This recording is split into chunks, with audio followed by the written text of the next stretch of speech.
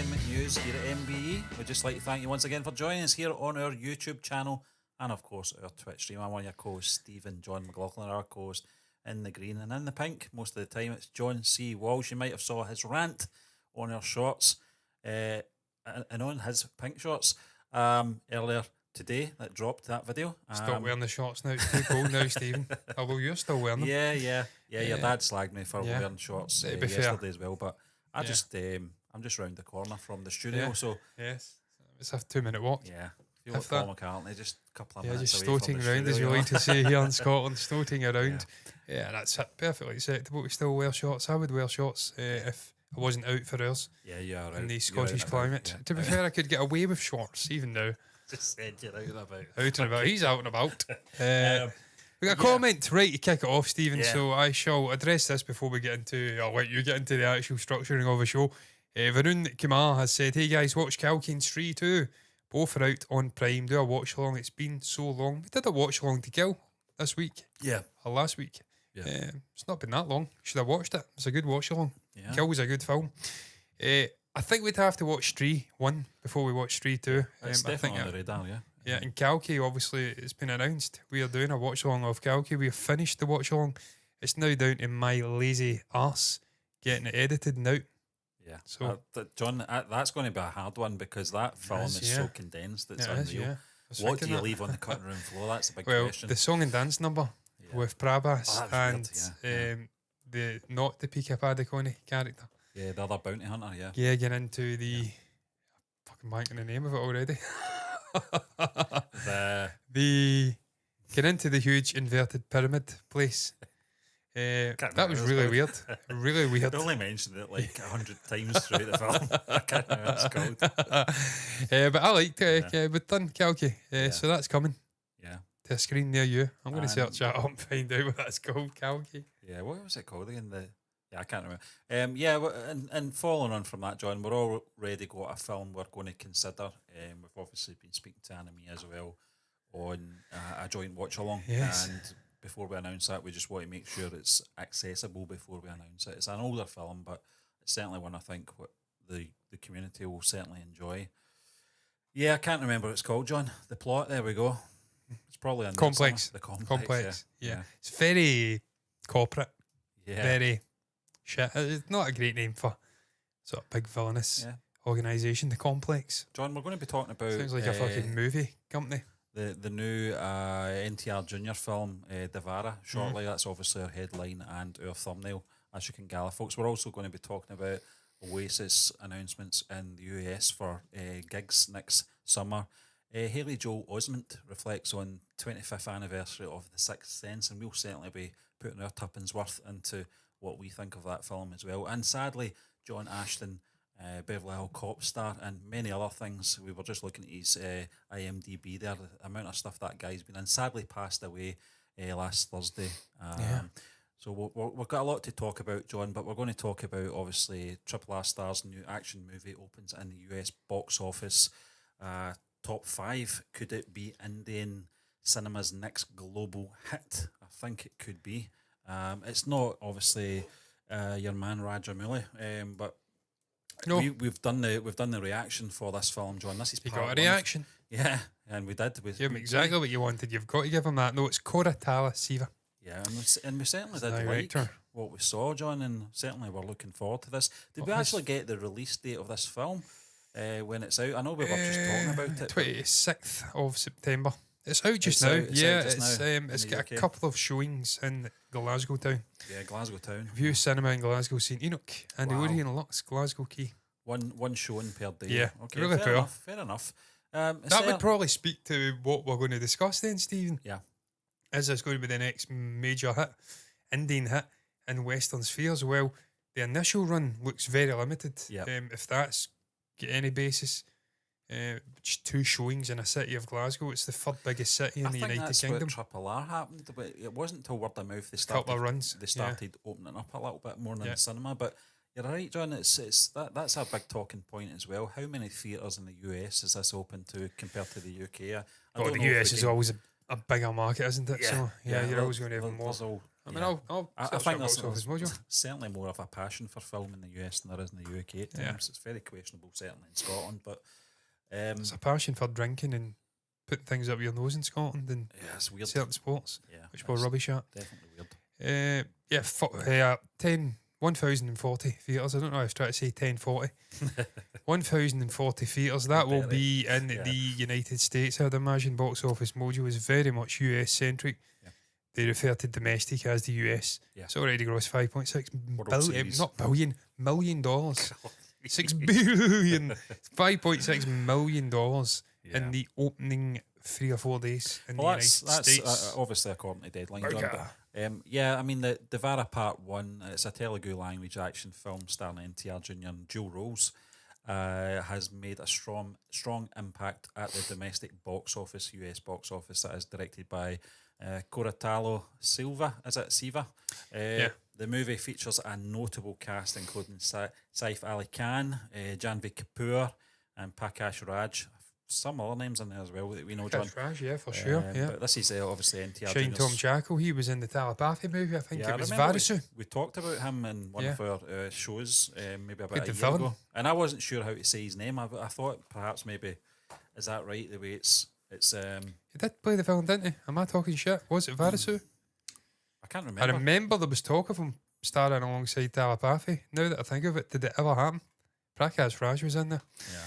I don't see Shine. I can't remember. We talked about him. Certainly did talk about him. We're talking about a film that we wanted to see. Rashmika Mandanna. I didn't realise she was in that. Yeah. Why have we not seen that film? I don't know. Because it get panned, Stephen. It get critically panned. It says it was, even Telepathy fans. It was Beast. Yeah, Beast. It says it was poor. Yeah. Fair enough. I don't know about Beast. I may be thinking about Beast actually. John, I'll crack on with this. NTR Jr. This is his first role since the global success of RRR, which won an Oscar and became one of India's highest grossing films.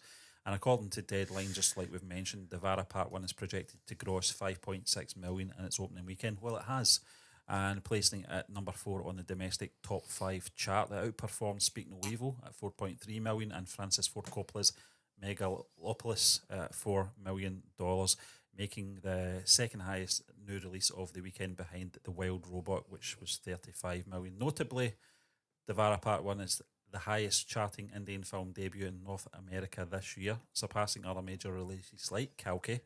This success reflects the growing presence of Indian film in the US market, especially after RRR's groundbreaking achievements. So, there you are, folks. Very impressive. There is your dinner. Well, Stephen, very impressive and great for NTR because he's a fantastic actor, cool guy off the screen. Good to see him getting continuing success after RRR. We were just speaking about him and obviously Ram Charan. Not really kept up to speed with what they were doing post RRR. And they're both very charismatic, likeable actors. So it's cool to see this success. It doesn't really surprise me, having watched the trailer again before we came on. We did react to something. It may have been a teaser because it wasn't what I seen in the trailer. There was bits and bobs that I'd seen, but it was definitely something different. And I says to you, watching the trailer back, didn't realise it was this close. I thought it was a sort of announcement. May have been something entirely different, though, to be fair. But I think there's been that much content coming out over the past couple of months, John, that it does catch up with you eventually, and you realise, well, geez, it's actually out. We have to make a point of trying to go and see this film, John. Certainly it would be a great one to see. Well, Saif Ali Khan's wonderful. Yeah. Loved him in Sacred Games. He's totally different. I remember remarking, watching the teaser or whatever it was, odd seeing him without a turban, because our first interaction with him was in Sacred Games. He was playing a Sikh and he had the turban. Did he do the remake of Vikram Vedha? He did do the remake, him and I can't remember who else. But just odd seeing him without a turban and with the hair. So it's great. I think he may potentially be playing the villainous turn in this. I don't know though, 100%. What was that? Just random noises and things falling to my right. May have been the dog, to be fair. But yeah, Stephen, very impressive cast right off the bat. Shine Tom Jackal, as we mentioned, NTR, Saif Ali Khan. You put those three together, you throw in an Anirudh Ravichandra, composer, and you've got magic at sort of foundation level. And you look at the Rotten Tomato scores, and I'm sure have a little gander at them, as we like to say here. That's just a look for everywhere Another else. thing I would say about NTR Junior, and we talk about this quite a bit, That's not phenomenal. is how impressed we are with actors in India who are doing maybe about 4 or 5 projects per year. He's certainly not. This is his first film since RRR, so that was 2 years ago, obviously, and he's certainly not one of those actors that churn out film after film. He certainly picks films that obviously, I don't want to say he's the Daniel Day-Lewis of Indian cinema, but he perhaps maybe is, I don't know. But certainly in terms of his sort of output in terms of acting is not as prolific as some of the big stars out there. Maybe that's a conscious choice by him, I'm not sure. Maybe he is very choosy in what he obviously delivers. But it's good to see that obviously it's word of mouth again. Definitely in terms of the actor, his sort of known presence in the US, a lot of people in the US who love RRR would have been keeping their eye on this guy to see what he's doing next, and they certainly have been. Well, I find it really interesting, Stephen, that looking at these reviews, mostly Western people. I mean, obviously Troy Ribeiro, Free Press Journal, it's in there. He likes it. But a lot of the sort of Indian reviewers are tanning it a little bit here. In fact, more are probably panning it than... John, you've said that before about Indian critics, yeah, but I don't really care about that. You see Roger Ebert, esteemed publication is the word I'm looking for. They've rated it. I mean, it's 2.5 out of 4. It's not super high, but they've rated it as a good film. Yeah. And shall I delve into some of these reviews just to get a sense? Should, yeah. Jeff Ewing from Collider. He rated it higher. He said Devara Part 1 is a strong, if incomplete, cinematic outing. It's bold, colourful, engaging, and well-paced, with vibrant dance numbers and memorable action sequences. Original score 7 out of 10. So there you go. Don't know why I spoke like that. Yeah. It was a bit of Daisy Ridley and the newsagents who broke the news to George Martin of the passing of Brian Epstein, former manager, sort of all-round omnipotent being attached to the Beatles in the early to mid-60s. You could see the driving force behind their success financially and whatnot. Nearly killed them as well with shocks and tours in the US and whatnot. Fucking engines going on fire. But I digress. Troy Ribeiro, India, Free Press Journal. Visually, the film is a feast. Every frame is atmospheric, poster-worthy and gorgeous to behold. NTR Jr. tackles both roles with flair. Though the script, if you can read John, offers little depth beyond the surface. We've seen that, Stephen, didn't we? To be fair, we did see, even through the teaser and the actual trailer, atmospheric as hell, stunning on a visual level, really overcast and just brooding. And a lot of violence in there. I mean, NTR's picking a guy up with a sword and hanging him. So you've kind of got that. Some of the Debbie Downers, though. I mean, I say a Debbie Downer, I just don't understand this. Sukanya Veermer of Reddit. 5 out of 3. 2.5 out of 3. It's a weird scoring metric, but surely that would be fresh. Yeah, you would think, Yeah, she's rated it rotten. Devara's self-appointed guardian of the sea, unleashing violence as a means to end violence is purely Junior NTR fantasy, but with, I see what you did there, fantasy, it's like, if you're a fan of it, you may like it, but I'm better. I'm not going to read them all. I'll read maybe one or two more because we don't want to get sort of, don't want to get put off. Yeah, don't get put off, and we don't want to get sort of, I don't know, brow beaten with this. This is not what we're talking about. We're talking about the box office success, and does it equate to another super hit in the West? And time will tell with that. These guys don't have a say in that. They're very much in the machine. Proma Kosler, IndieWire. For an industry with such adoring audiences and power players like Rama Rao Jr. Kapoor, just say NTR, it's much easier, and Khan, a pan-Indian cast, it's endlessly frustrating to watch movies like this not only fail to do better, but fail to even try. Well, I don't know about that. Let's end on a high note. Roger Ebert. Siva rarely challenges his charming ensemble cast to step outside of their comfort zones, but he and his collaborators still deliver a lot of what you might want from an action musical about a pack of murderous but righteous pirates. I got that as well. It was very much a pirate kind of film, very atmospheric. Stephen, you're never going to win everyone over with a film. It's very subjective, as all art is. And I'm slightly more pleased to see that the popcorn meter, which is the regular sort of audience member going and watching it and giving their tuppence worth, is rating it 80%. So they do like it in the main. Yeah. The regular viewer, which we're probably more aligned with. I mean, we're meant to be critics, but they don't let us on this site. No, I've tried. Yeah, so they can go and fuck themselves. I don't fall into the catchment, John. No. If you know what I mean. In terms of the actual reviews, You wrote more than I did back in the days, well. Yeah, I mean, you kind of get a sense, obviously, a lot of them are coming from India. It's Indian film critics, and you have said in the past, John, paraphrasing, I don't want to throw you under the bus or anything like that, but they are more critical of their own films than anything. And when I say own films, maybe not their own region, if you know what I mean. So, listen, it looks a great film, and I tend to go with the sort of audience score than the critic.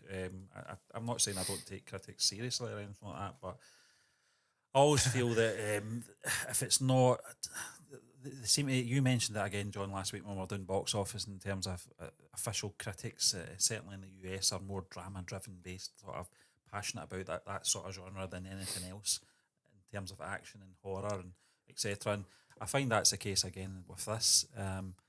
This is something that I think we've seen in the US, that we've seen it with RRR, perhaps maybe not to this scale, but certain critics and movie reviewers out there that we've watched in the past on their own YouTube channels, and obviously we've been on part of the Collider team, just don't have the patience for certain genres or certain films that come out of India. And so I tend to go with the audience. Those are the ones that are seeking out these films. These are the ones that are not doing it as a part of their job, as a chore.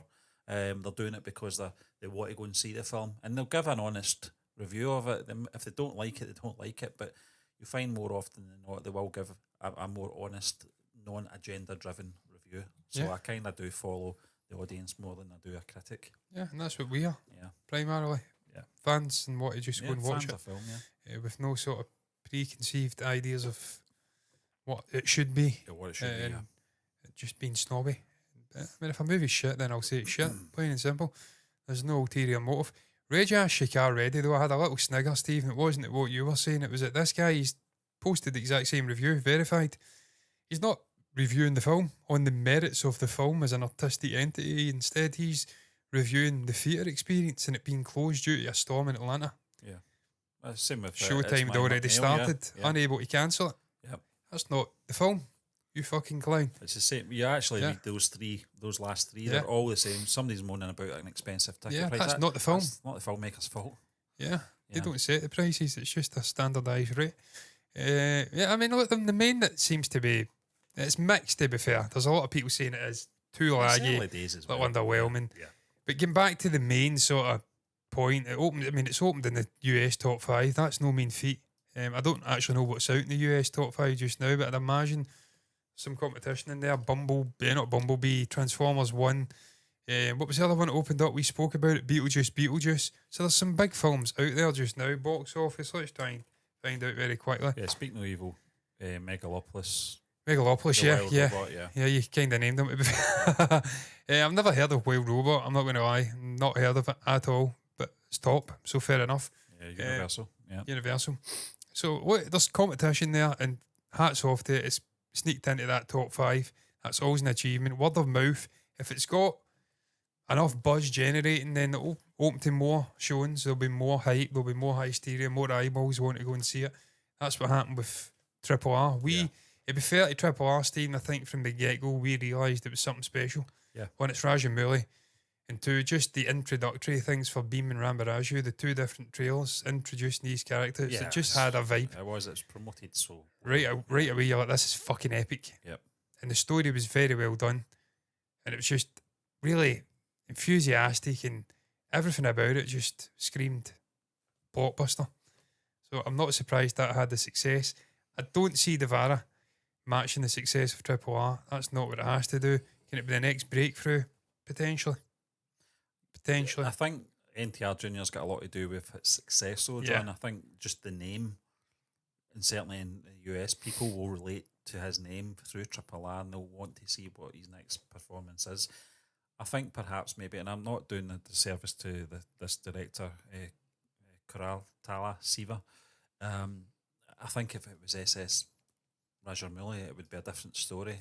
But again, he'll take his time before we see his next production, John. But yeah, he always does. He's not a man for bringing out a lot. I mean, except from Bahibali, obviously that was quite closely released, but that was the same story.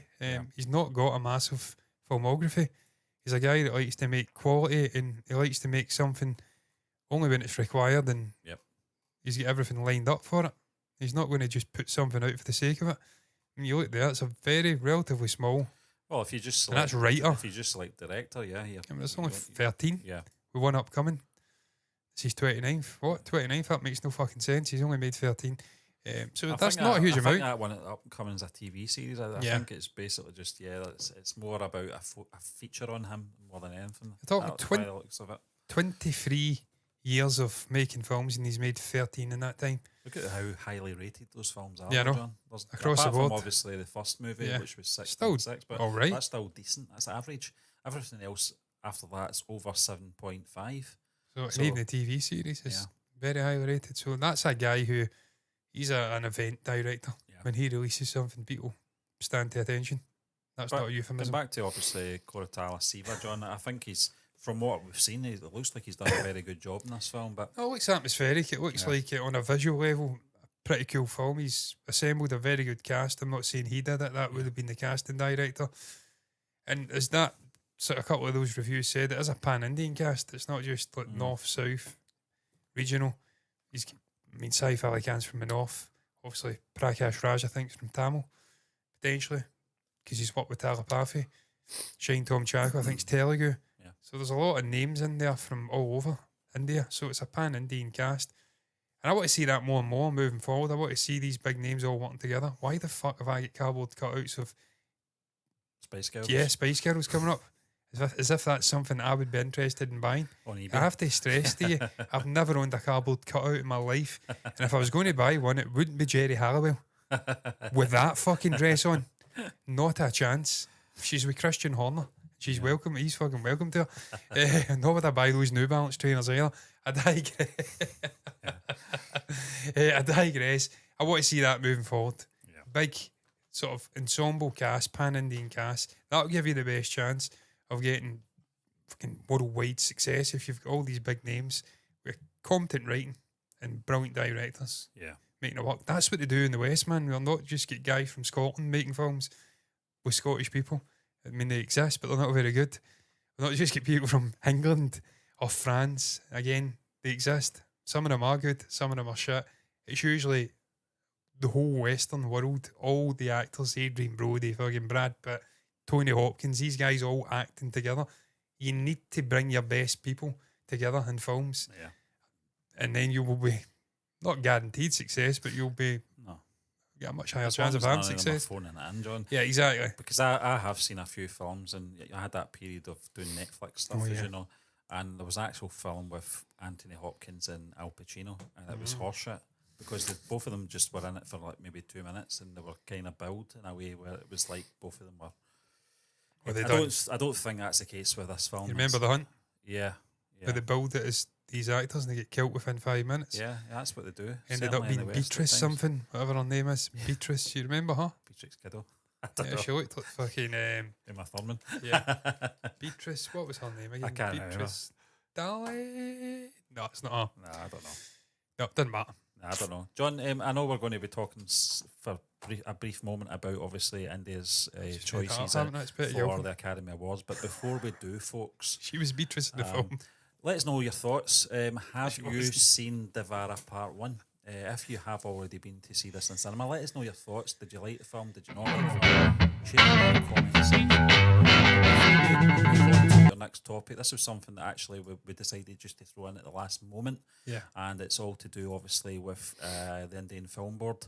Their decision on what film they want to nominate, obviously, for the Academy Awards. Yeah. And it's Lapata Ladies, which is good news, obviously, because it's a film we have seen, we have reacted to, and reviewed. I think both of us thoroughly enjoyed it. Certainly not probably our most enjoyable film of 2024 from India. I think that goes to the 12th fail. Even though they gave us a strike on the channel, we'll not hold it It's against karma. them because it was such a great film. See, to be fair, Stephen, that came out 2023, so it may be too late. Yeah, It's too late. Yeah. And to be fair, of 2024, the films we've seen today, that probably is the standout film. Yeah. It was a wonderful film. It's fantastic. I loved it. To be fair, we've not seen the other one that people are up in arms about not getting pushed, which is, where is it? Where for that now? All We Imagine Is Light. It's won numerous international accolades, you see here. I've heard about it. That's not been pushed by the Film Federation of India. Instead, they went for Lapita Ladies, but being selfish, that's the one we've watched. Yeah. I think it's a fantastic film. I think it's well deserving. And to be fair, the themes being explored in the film, empowering young women, getting them to break out of this sort of preconceived system where they have to be chained to a kitchen, they can't have friendships, they're that busy doing housewife sort of stuff, they don't have their own lives. Breaking out of that and realising for different reasons that they can be independent, they can live their own life. There might be a strategy behind this then, John, in terms of where the Indian Film Board are coming from with Academy Awards and what will resonate. The way that it's obviously shaping at the moment in this modern world that we live in. And nothing wrong with that. I'm not having a go or anything like that, but there could be that, obviously, strategy behind pushing this one. Obviously, Amir Khan's involved in this in terms of being a producer on this film as well, John. So I think his name attached to it is obviously going to help it. But I think the message, I think that's the most important thing in this film. It was certainly something that we talked about in our review, and certainly we talked about it with Anna Mia. She came onto that review with us after we did the watch along. A very powerful film. Emotional film and great acting as well. And it's some funny moments as well, Stephen. It wasn't just all drama and stuff, the human condition stuff. It had some real funny moments. I'm just going to quickly bring up some of these tweets because there is some negative Nancy's in there, as you'd expect. Siddhant, I mean, I've not even read this. This guy, I may be doing this guy dirty. Siddhant Adlaka said, unfortunately, unsurprising for so many reasons, not the least of which is that Payal Kapadia's films genuinely challenge India's cinematic establishment and norms at large. Also, this is a wildly patronising statement. I think it's a pretty good movie, seem even worse by comparison. But being Lapita Ladies, pretty good movie. I thought it was a fucking excellent movie, I'm not going to lie. I thought it was a... And look, you've got to realise different movies are going to resonate differently with different regions and parts of the world. It may be that there's a rationale behind why they didn't push All We Imagine Is Light. It may be that it's maybe... I don't know, man. It might just be something they don't feel is going to resonate with the Academy members. Sometimes there has to be a degree of populace or popular vote in there. You need something that's maybe multi-genre or something. I don't know. Because like I says, there's some humour in there. There is some stuffy moments in there, emotional moments. It's got the whole sort of lexicon of different things going on. These young girls going through the ringer. One young girl, one's very much a lady, standing on her own 2 feet and deciding she's going to do what suits her, getting away from an abusive husband. So maybe, I'm sure there's a rationale. Well, I mean, it says, I think this is what people are a bit bewildered with, John, about several people pointed out that the film that wins big at Cannes often go on to dominate the awards circuit. In fact, 17 Grand Prix winners have gone on to earn 35 Oscar nominations, and 7 films have won 10 awards. Last year's Grand Prix winner, Jonathan Glazer's The Zone of Interest, was nominated in the Best Film, Best Director, Best Adapted Screenplay categories and won awards for Best Sound and Best International Feature Film. Is there anything stopping them from putting themselves forward on an independent basis? This is what I would question. Because also we had the actress last year who pushed herself and get a lot of funding from different sources, and it wasn't a studio that put her forward. She went down her own independent route. There was a lot of controversy over it, but she managed to get herself nominated at the Oscars. So maybe there's scope for them to maybe get alternative funding and maybe push themselves forward. I don't know. I might be wrong, John. I don't know how it operates. Think perhaps maybe there is an agenda in place with that. There could be, but I'm not saying that Lapita Ladies is not worthy. I mean, I can only talk about that film because that's the film I've not saw the other film. If we probably saw All We Imagine Is Light, maybe we could have gave a better balanced view on it. But I don't think it's a bad film not to push forward.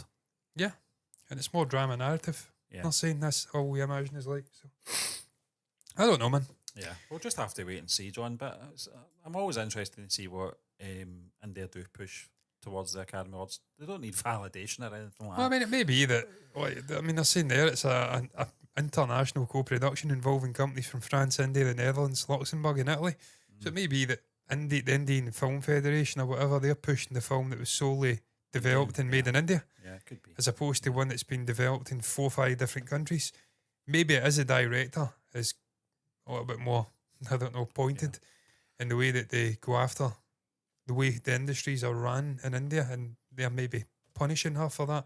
I don't know. Regardless, Stephen, I like Lapidar Ladies, and ultimately, it's just a flippy fucking coin, really. I'm not hugely well versed in international films year to year. I tend to use the Academy Awards as a basis to go back and watch them. The best ones. I've done that time and again, so I don't know what the competition's like. Yeah. It could be some monster hit from Germany or Korea or Denmark comes out of nowhere and takes the award anyway. So it's really just pure fucking luck. Yeah. Ultimately, what's going to resonate with the Academy Awards? I think this movie would resonate. Yeah. Lapidar. What's your thoughts, though, folks? What do you think? Do you think they've made the right decision? You can let us know in the comments section below. We're going to move on to our next topic, John, and we're moving into our our music news, and we're back with Oasis again. Can you tell we're fans? You Oasis. wouldn't think I was a fan after that shot. Noel and Liam Gallagher confirmed North American leg of their huge reunion tour. Oasis has officially announced the North American leg of their much anticipated 2025 reunion tour. Following the successful resolution of the long-standing feud between brothers Noel and Liam Gallagher, the iconic British rock band will perform a series of concerts in the US next summer. This marks the band's return to North America after 16 years since their last performance in the region. The announcement comes on the heels of their UK and Ireland tour planned for August 2025. On social media, Oasis teased the upcoming tour by sharing photos of large billboards in different cities worldwide featuring the tagline, "Be careful what you wish for." In a playful tone, the band also addressed their American fans, saying, "America, Oasis is coming. You have one last chance to prove that you loved us all along." Fans are eagerly awaiting the historic tour, as the band has not performed together since their breakup in 2009. John, just before I let you in with this, one of the things I've noticed, probably just time is a great healer, and I know that obviously Oasis have got a bit of a negative sort of history with the US, certainly with cancelled tours and cancelled gigs, and Liam not turning up for certain MTV unplugs and stuff like that, and it kind of rubbed a lot of American fans up the wrong way at the time back in the 1990s. What I have noticed over the past decade, certainly with a lot of reaction channels that react to music, and when they react to Oasis, there's a lot of love there, John, and a lot of appreciation. I watch quite a lot of these guys in the US who do react to Oasis and their appreciation for their music. So this could be their time. This could be their time to sort of make up for those sort of missed chances with building that relationship with the US audiences. But I'm also surprised to see that they're committing to that this early on. I think perhaps maybe that might have been a second run, and maybe in 2026, if things go well in 2025 with the brothers. After Liam's performance last week at the boxing, I know. I think Noel had that sarcastic comment on social media, and I thought, fuck, it's going to kick off again. This is it, they're burning the bridges again, but it hasn't, thankfully. So I was surprised to see this announcement. No, it's staying arm as well, because I'm still, a part of me thinks it's not going to happen. They'll get together and batter each other's fucking heads off the walls, and it'll just fall apart before it even starts. So part of me is thinking that a little bit ambitious, this. Might not happen at all. I'd be amazed if we get to Edinburgh, let alone over to Chicago and fucking LA and Toronto and places like that. But Stephen, what he says previously, obviously a new generation appreciating what they're doing on YouTube via reactions and whatnot. I think that's something we've seen over here as well in the last 10, 15 years since they actually split up. There's a new generation who weren't even alive when they were barely alive when they fucking split, let alone when they were in their pomp in the mid-90s through to the early 2000s.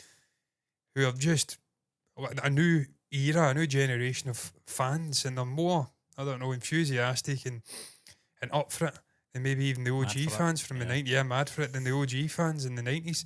They absolutely love Liam. They love Noel to an extent as well, but I think it's more Liam. They're kicking about with the bucket hats and the Parkers and all of that. They're fucking well up for it, man. And this is guys, like I says, and gals, because there's some gals in there as well, let's be honest, who are probably about 1 or maybe even -1 back in 2008 and 9 when they were throwing guitars at each other and going off and into the sunset in different directions. So there's not even in the US, over here, there's a whole new generation grew up without Oasis in their lives in terms of a live act who appreciate and love the music and love that sort of lightning in a bottle that was them in the 90s. They love these two guys. They love Bonehead. So they're the type of people who are thrown £400-500 at tickets to go and see them, rightly or wrongly. Don't think we ever spoke about that. No. The dynamic ticketing issue. Yeah, Joke. Too sore for me to talk about. And then obviously I get a second chance at the Wembley gigs and didn't get the code for that either. Thank you. No, thank you, Liam. See your fishtail parkers I was going to get, you can shove them up your arse now. And I'm not getting a bucket hat either. Never have done that anyway, because I'm all at Bonehead. You've just got to get it out there. Either baseball cap or just a slaphead. One of the two. I ain't got the hair of no. I ain't got the hair of Liam. I don't think many people have got the You head can't of have no. Fucking unbelievable. I'm just absolutely mesmerised by him. Anytime he's on, I just look at the way the fringes just cut, the way they've got it It's like textured. Johnny Marr, yeah. Oh, it's unbelievable. Yeah. He's better than Johnny Marr. His hair's way better. Noel has got the greatest hair on earth. There's just It's almost suede. Yeah. It's unbelievable, Stephen. It's actually taken on its own life form. It's just so thick. It's just the way that it's cut. It's sort of layered and just feathered. It's just sensational. What a head of hair. And you just know he could brush it down, it'd be down to his eyebrows. He's got such a small hairline. And he's got big eyebrows. Forehead, big eyebrows. But he just flicks it to the side. He's such a cool guy. Even now, he's knocking on 60 or something. I don't know how old he is. He must be knocking on 60 because Liam's about 51, 52. Yes, yeah. And Noel's about 4 years older, so he's about 56. 67 he was born, so... Yeah, he's about, he's about 57. 57, yeah. Yeah. So he's knocking on 60. He's not knocking on 60 yet, but he's not about the balls off it, as we like to say here. And he's still so cool. So, look, getting back onto the actual subject, though, look, this is great for fans over in the US. I can imagine there would have been people in New York, in the East Coast, maybe further afield, try to queue for tickets for Wembley in London and is it Heaton Park in Manchester? They'd have been queuing to try and get tickets, not realising they would come over. There's probably people bought tickets from North America. So this gives them an opportunity. They'll be raging. They can sell them back to us. Yeah, exactly. For fucking 20 times and it'll still be cheaper than Ticketmaster. Bastards. This is great for that audience, Stephen. And look, it will be good for them to go over there and hopefully knock it out of the park and maybe exercise some of the demons. I don't really buy into the whole didn't make it big in the US shit. One, it's not a prerequisite for a great band because the Kinks never really made it in the US and they're a great fucking band. And Ray never gets the credit he deserves, but for me, he's third or fourth best songwriter ever to come out of the United Kingdom. Don't give me, I mean, probably Bowie and then Lennon McCartney are the only three above him. Yeah. Other people will name other names, I don't give a shit. In the UK, yeah. In the UK, yeah. So it's not a prerequisite. We'd get some brilliant songs because of it. Talk Tonight, for one. I think they were arguing in San Francisco. Yep. Noel went away and wrote that on the plane. So we get some unbelievable songs because of based the on demons. a lady that took him in, Yeah. I think he was in San Francisco or something like that. Yeah. Kind of lost, And that's just from the sort of misadventures in the United States. It's so everything happens for a reason. In terms of the US audience, one of the biggest sellers, the biggest selling song, I think, is Wonderwall, and then I think number 2 is Don't Look Back in Anger. Number 3 is Champagne Supernova, because that was released as a single in the US. So there's much love for that single. I know you're a big fan of Champagne Supernova. I like it, John. It's probably just it's kind of lived in with me, you know. It was just one of those ones that was overplayed at the time. I do like it. It's just the layers, though, isn't it? It's that little piano organ thing that I think Bonehead plays. Yep.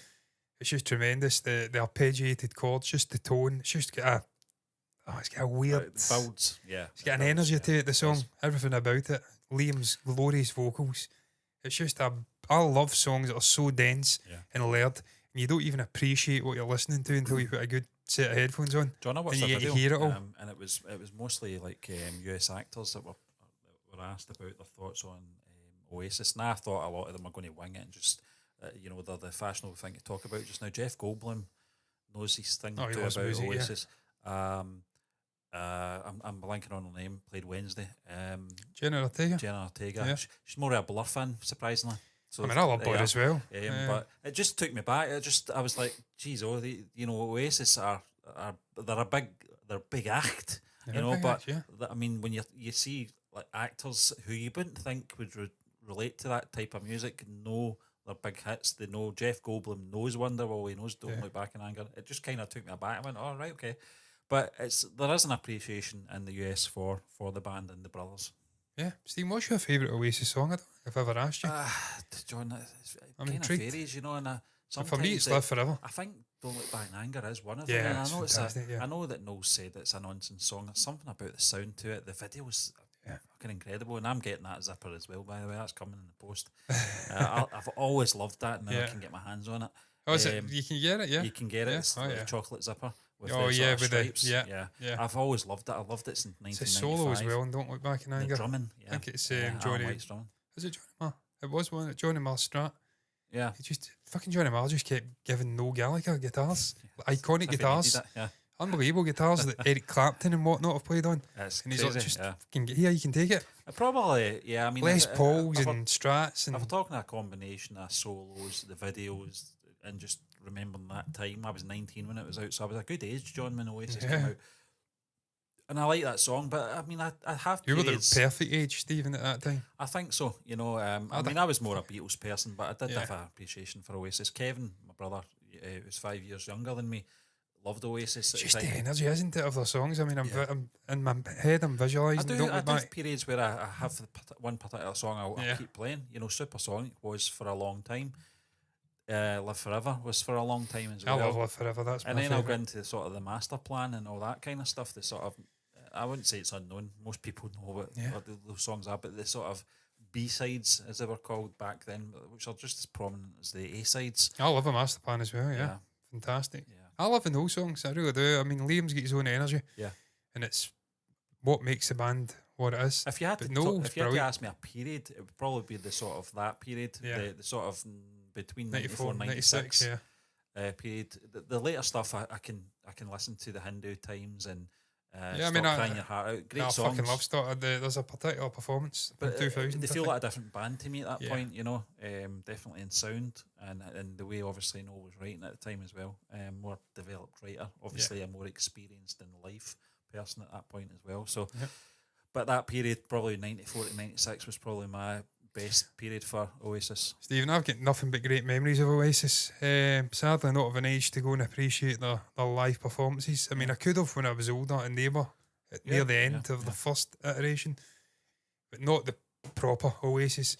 But I remember going to football games, the 5-1 game against Rangers in 1999, and they were playing Roll With It after it. So there's always been a strong connection. Roll With It's a weird one, isn't it? It's a weird song. No Gallagher doesn't particularly like that song. I mean, I just associate that with Celtic.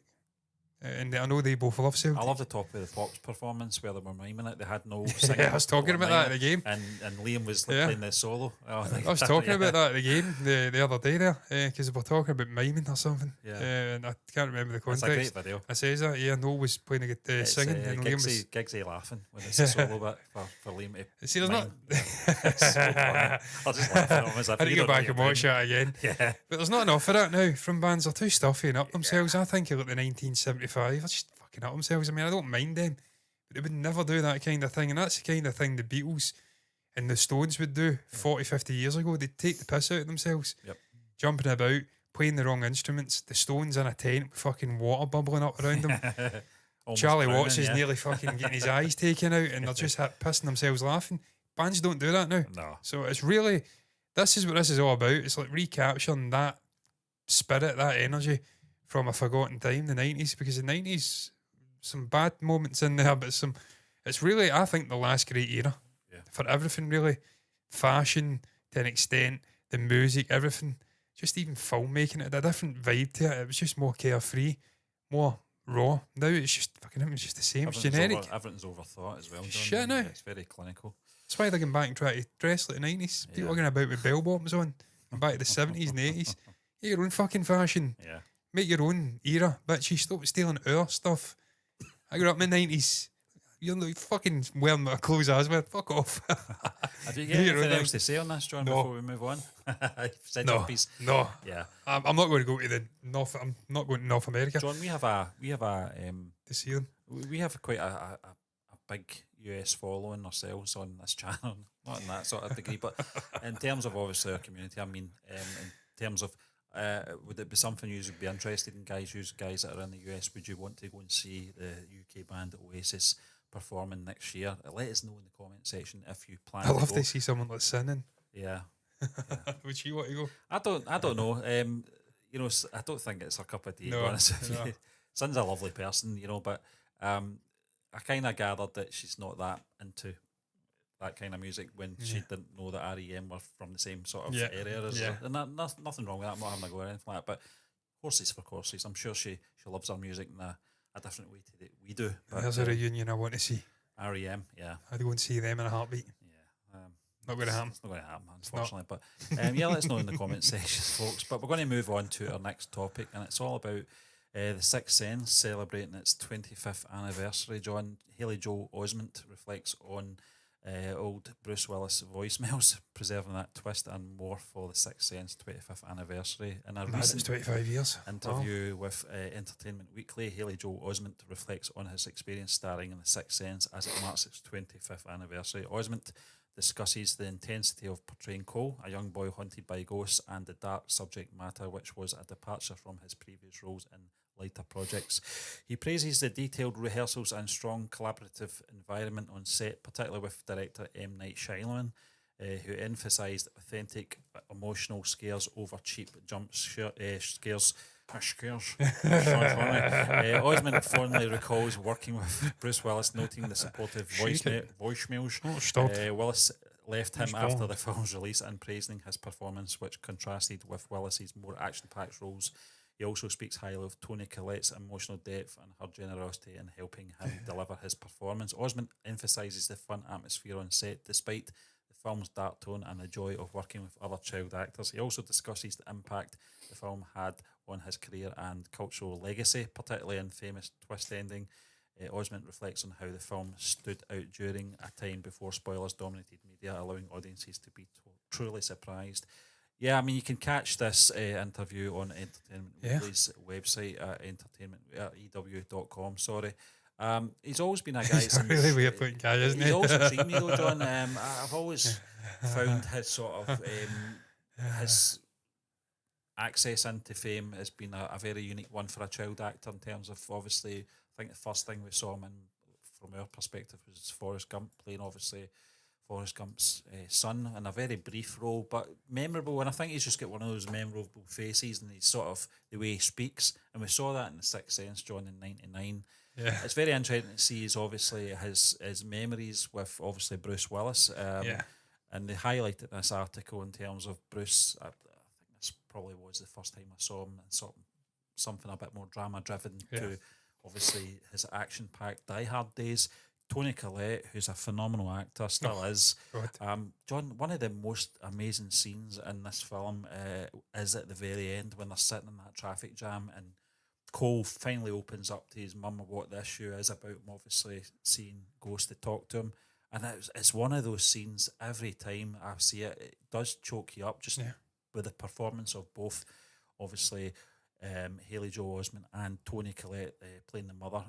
Just that final they're finally connecting with each other, and it's such an emotional scene, very impactful, but a great film. John mentions obviously the sort of spoiler dominated media which we have now. I think 1999 was probably one of the last years that we could actually celebrate film in that sort of fashion, where you knew there was going to be some plot twist or something like that, but you could safely get into a theatre without knowing what it is. Unless you listen to Radio Clyde back in the George Bow, who fucking ruined it for a lot of people. Yeah, I don't know why he did that. He's a fucking bell end, that guy. That's why he did it. Now he's a bell end guy. He's nearly 60s doing dance music. Mate, you were a shite DJ 30 years ago. What the fuck are you now? Yeah. Just what was it Eminem said about Moby? No one listens to techno. Yeah. Moby, you're going to get stomped by Obi, you 46-year-old. Bow me. Fuck you. One of my all-time favourite songs, that, incidentally. I love Eminem. That's another guy I love to see live.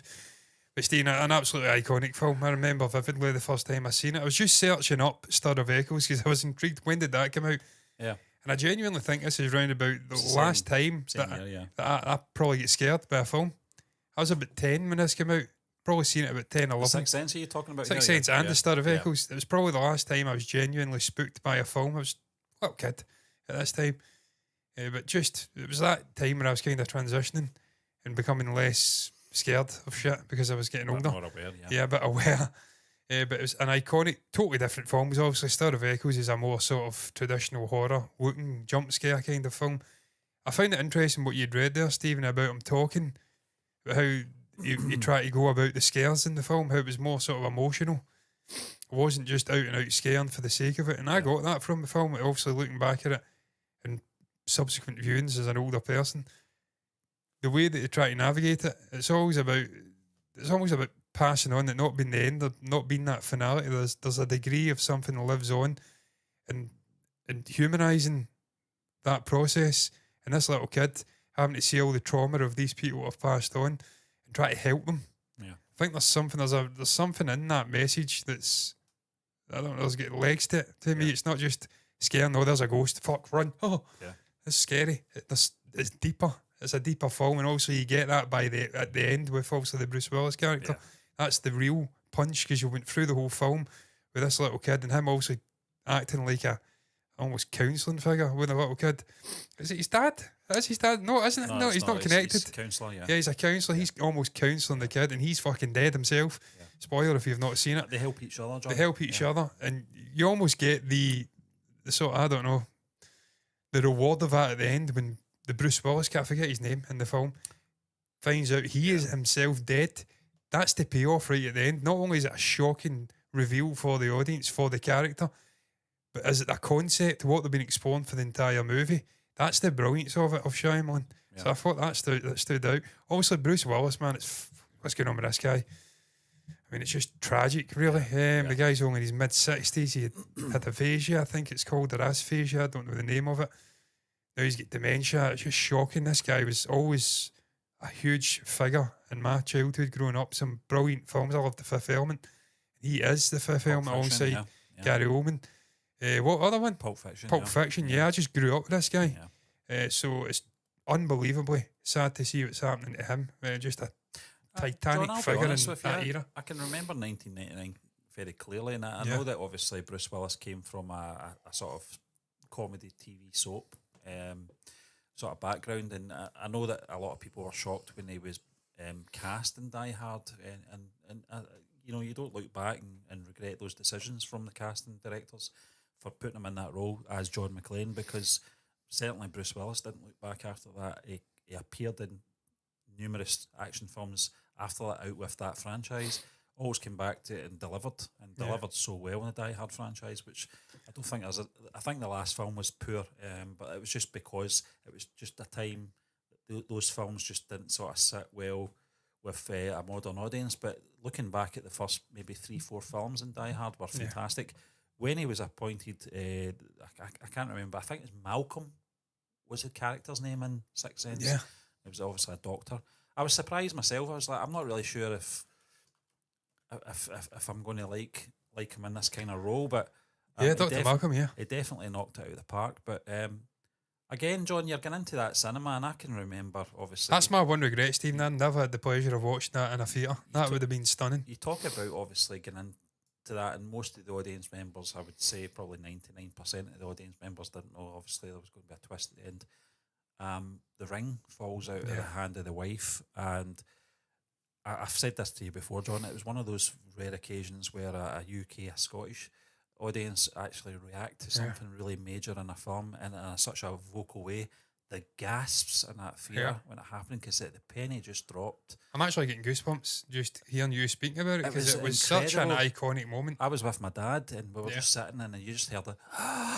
Yeah, I remember watching it. And we were like that ourselves, as if. And then you're trying to figure it out in your head. No, wait a minute. He had a conversation with his wife. He talked to Cole. Yeah. He talked to him. We saw them talking. But then they reveal it. Shyamalan does it brilliantly, and he says, no, I'm going to actually show you the bits you did see, and the bits you think you saw don't exist. Yeah. Really well written, well structured as well in terms of shots as well, and the angles that you used. Couldn't get into the sort of cupboard under the stairs. Mm-hmm. It was blocked with a table, but the shot you saw didn't reveal the table blocking it. So the colour red was significant as well throughout the film as well, all the clues. But this I'll say kid, because he was a kid at the time. I thought he was amazing in this film. Was, I don't know what age he was, John, 9 or something, 10 maybe. He must have been young, yeah. He was very young, and he carried that Well, film he really really did, well. Stephen, because even though Bruce was in there, and he's Starring brilliant. Stanley. Stanley, yeah. He is the sort of driving force in the film for the vast majority of it, and a lot of the scares are structured around him. I remember the tent, the little kid, I think the shotgun, or was it the vomiting? Yeah. Obviously I know what the you're road talking about, accident one as well. Come and see my dad's gun. Oh, and you God. see the back of his head all blown away. Horrifying. Yeah. Horrifying, man. It's just such an intelligent movie, and it's something, obviously, a huge part of why I've loved Shyamalan since then. And he's delivered some wonderful films. I'd argue never one of this standard. I think that was probably hard one standard. to follow, yeah. It's hard to believe it's 25 years ago. Yeah. That's terrifying, really, because I do remember it as well when it was out. Yeah. Really interesting to see this guy's perspective. I'd need to go and read the whole article. Yeah, because it does I sound would advise interesting. it is. It's really good. Just really the stuff with Bruce as well. The fact he's kept voicemails and whatnot. That'll be something that's really, special in years to come. Obviously, with what's happening with Bruce, to keep that and remember how good a guy he was with him, and obviously probably mentoring him on the set. I was just looking. I'm not going to mention it, but I will mention it. The suit jacket. I'm immediately taken to Paul Slane and his dad when he signed for Celtic, and he's shaking the chief executive's hand. Obviously, the suit jacket's going over his knuckles. I was laughing at that. You need to get that tail, mate. That's unacceptable. You look smart, that aside. Still an iconic film. Yeah. Also, what's happening with Bruce is terrible. Another thing really that would come out of this is what has actually came of Haley. Because he was so good in that.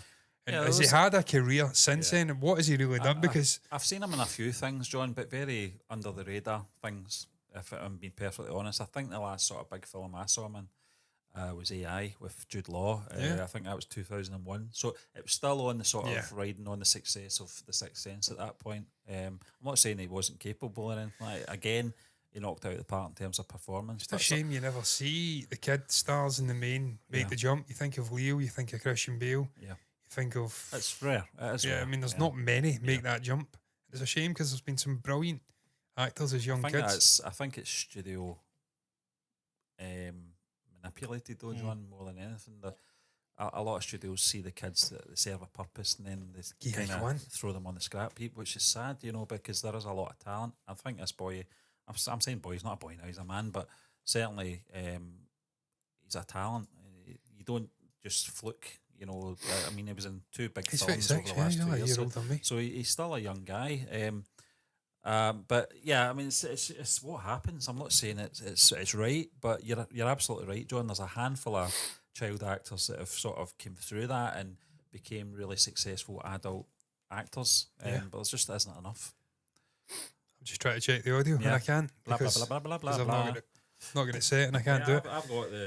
I'm just paranoid that whenever I touch my actual microphone, I love saying microphone, no microphone. Get a couple of comments. I've probably missed them. The sense that you're probably not here anymore, AK King. But looking forward to Bollywood movie, the Dream Boy, the Dozer Dream. Sounds interesting. I do love dozers, man. I've been watching Dale Phillip again. I went down a rabbit hole with him, and he loves going to sort of Asian countries, Southeast Asian countries, and India and whatnot. And he's been in India recently, and it's just such a... I'd love to go if I had the bollocks to go, and I couldn't do it on my own. I'm just not even going to sit here and lie. I just couldn't do it. But he doesn't give a shit, and he's going about drinking out of watermelons, and he's eating dozers and all of that, and it's just such a... Not watermelons, coconuts. Just such a different existence entirely. It just looks... I'd love it. Yeah. I'm not going to lie, walking along the beach and whatnot. But then you have to work at some point, and it wouldn't be as fun walking in 40-degree heat. But the way he traverses, it's just fucking stunning. It's just when you said Doza, it came to my head. Dale Phillip. Street 2 is not out. Is not out in Prime. Yeah, we wouldn't watch Street 2 without seeing Street. Yeah. Anyway, it'd be pointless. You need to see the first film before you see the second. It probably is still in some cinemas, to be fair. I think it is. Yeah, it's probably not going to be on Prime for a while. If Prime, I don't even know if they've got the rights to it, but. And then also Bruce Willis's bad luck. He went to work even though he was dead. Yeah, that's a meme. Yeah. I've used that on Facebook years ago. Yeah, is it true? Yeah. There's a power to that message as well. That even in death you have to work. Yeah. I think they'd have you working in death as well, the Death and bastards. taxis, the only two things that are guaranteed in life. Yeah. John, I don't know if you've got anything else to say on the No, Sixth Sense no. before we move on to our final topic. Just an iconic film, really. Yeah. And mad that it's 25 years ago. I'm not going to go off in too many more tangents, but yeah, I was watching Julian Edelman, formerly of the Patriots. Yeah. He's got a podcast, and it shook me to my core. He spoke about the double pass game where they beat the Ravens, and I think it was the AFC Championship. It was 9 years ago. Yeah. It fucking shocked me. Yeah. I remember that like it was yesterday. 9 years ago. Time is fine. It's flying far too quickly. But folks, we're going to actually move on. But before we do, we'd like to know your thoughts on The Sixth Sense. What was your thoughts on that film's initial release? Were you old enough to see it when it first came out? Did you go and see it in the cinema? Did you know about the plot twist? But I certainly would advise reading out all about Haley Joel Osment's interview on Entertainment Weekly's website. It's very in-depth. He talks about his films, his career since. Very interesting topic of conversation. But we're going to move on, John, to our final topic. And we're kind of ending on a sort of sour note here. I know we normally do sort of actors who've passed away sort of at the start, but this was one... I should have probably put that at the start. There might have a bit of a topic of conversation here, John, but it's John Ashton. For anyone that doesn't know who John Ashton is... That's my fault, Stephen. Beverly Hills Cop actor, dies aged 76, sadly.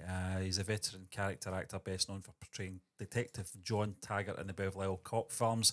Has passed away at the age of 76. His family confirmed his death in a statement released by his manager, Alan Summers. Although no cause of death was disclosed, Ashton died on Thursday in Fort Collins, Colorado. With a career spanning over 5 decades, Ashton became a familiar face in both television and film, featuring notable productions such as Midnight Run, Little Big League and Gone Baby Gone. He earned a reputation for his portrayals of tough but warm-hearted characters, especially in his memorable role alongside Eddie Murphy in Beverly Hills Cop. Yeah. His versatility and distinct presence left a lasting mark on Hollywood, and he will be remembered for his contributions to numerous iconic films and TV series. John, we talked about Axel F not that long ago. I don't know if you... Still not seen it. No, I've not seen it yet. It was a good film. Was it as good as the first movie? Certainly not. Was it as good as the second movie? Certainly not. Was it as good as the third movie? Certainly was. And the reason for that was because John Ashton wasn't in the third film. As much as I love Eddie Murphy, there was a combination with Eddie Murphy, John Ashton and Judge Reinhold. Yeah, Judge Reinhold was... Great trio for those Beverly Hills Cop films. Although... perhaps maybe John Ashton and Judge Reinhold were kind of watered down in the latest instalment. They still had a presence. They still served a purpose. They weren't just thrown in as cameos. They were part of the story, and I think that's what made it work to an extent. But certainly those first two films were all about Axel, John Taggart and Billy Rosewood, I think his name was. Phenomenal chemistry between these three actors, John. And John Ashton was a big part of that. A very straight-laced character in the films. And you need that because it's very funny as well. Some of the moments in this film, or in that original film, were from him. Just his sort of stern presence and always the butt of the sort of jokes as well. Really, really going to be missed, this guy. Yeah, I completely agree, Stephen. Obviously, we spoke, sadly, in recent times about various different famous figures passing away. He was your age there. That's crazy, isn't it? Yeah. That's Beverly Hills Cop, He certainly doesn't look it. 36 he was at the time, or 35, sorry. Yeah, that's fucking crazy. Yeah, he does. To be fair, he kind of does there. It's just the hair, isn't it? It's the hair, yeah. Hair, but I'm telling you, balding's a disgrace. It kills everyone. I mean, even if I take my hat off, I just age 10 years immediately. I get ID'd for beer, and I had my hat on. I says to the guy, mate, I was born 1989, come on. I says, look, I'll take the hat off and that'll prove it. He's like, yeah, fair enough. I'm like, thank you. Can I get my beer? Cheers. So that's mad. But no, Stephen, I agree. We've been speaking in recent times, obviously, James Earl Jones. There was another person who passed away. I'm blanking on the name. Maggie Smith. Maggie Smith passed away the last couple of days as well. Today, Chris Christopherson as well. Chris Christopherson. There's a lot of people of certain eras now. I mean, he's not of their era, I have to stress. But passing away, and well, it's just a shame you start losing people who are iconic for a variety of different reasons, and just it's life. Yeah. Sadly, life goes on within you and without you, as the great George Harrison famously said. And really, I just keep getting back to it, and probably tying in with the Oasis thing. It's why I love Live Forever so much. I don't think it was what he was intending. In fact, he was intending it as a rebuttal to fucking Nirvana and Kurt going on about wanting to kill himself and whatnot. He's like, nope, I'm not having that. I want an uplifting song for my generation promoting living forever. But in my mind, I always see it as living forever through what you do in life, memories, how many people you touch, not literally, figuratively, and the effect you have on their lives. And if you have a positive effect via music, film, whatever, writing, you will live forever. And this guy, through his career, will be eternal. He'll live forever, along with all the other great actors. So sad that he's passed, but you've still got the work there. And at 76, let's be honest, it's not a really old age, man. This day and age, that's relatively young. Yeah. Fuck, I'd be gutted if I don't make it to 80. Listen, the way it's gone in the world just now, I'll be lucky to make it to 40. But just a shame to see the guys passed away, man. But you've got those great roles. And randomly, not a Little Big League and Midnight Run, it was the likes of EastEnders that stuck out to me. He'd acted in episodic turns in soap. Brookside. Yeah, operas in the United Kingdom, Brookside. How have they managed to get that guy of his standing to pop up in EastEnders for a single sort of performance? It's fucking crazy. But shame to see that he's passed away, my namesake. And may he rest in peace. I don't know the Latin. I wish I did. Requiescat something in pace. I don't know. But I should have put this at the start. That was my fault. I think we're done though. Yeah, we are done. I really should have put it at the start. Stephen said he kind of sends the order over, and I'm like, I'll just do it the order Stephen said. I don't think it really matters, John. I think we've covered it. Yeah, what's your thoughts though on the array of topics we touched upon? What's your thoughts on Triple R star NTR? His new film, Devara Part 1, reaching the top 5 in the United States box office after its first 4 days in theatres, 1,040 to be precise, in the United States. Will it be the next big Western hit after Triple R and Rajamouli, NTR and Ram Charan did their thing a couple of years ago? Share your thoughts down below about that. Thoughts on India choosing La Pata Ladies over the other one, the other popular one that's been hoovering up awards left, right and centre. What is the name of it? All We Imagine As Light. Have you got thoughts on that? Do you think it's controversial? Why have they chosen La Pata Ladies? I personally think it's a great film, La Pata. I'm sure all the We Imagine As Light is a great film too. But what's your thoughts? Share it down below if you've got anything to say. Thoughts on Oasis confirm the North American tour. Haley Joel Osment. I always used to think it was Osmond. Don't know why. Osment. Reflecting on 25 years since The Sixth Sense, his career, his interactions with Bruce Willis. And finally, on the passing of John Ashton. Share your thoughts down below if you've got anything to say at all. Down below in the comment section is the place to put them. Thank you to the people who have already commented. Varun Kumar, aka King27.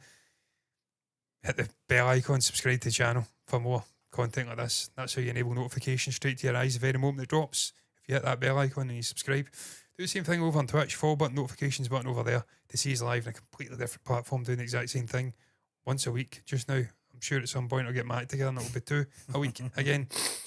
All that's left to be said is until the next time, thank you once again for watching us. Bye bye. This is Shambles. Shambles. I need to get the stream deck. Bye bye.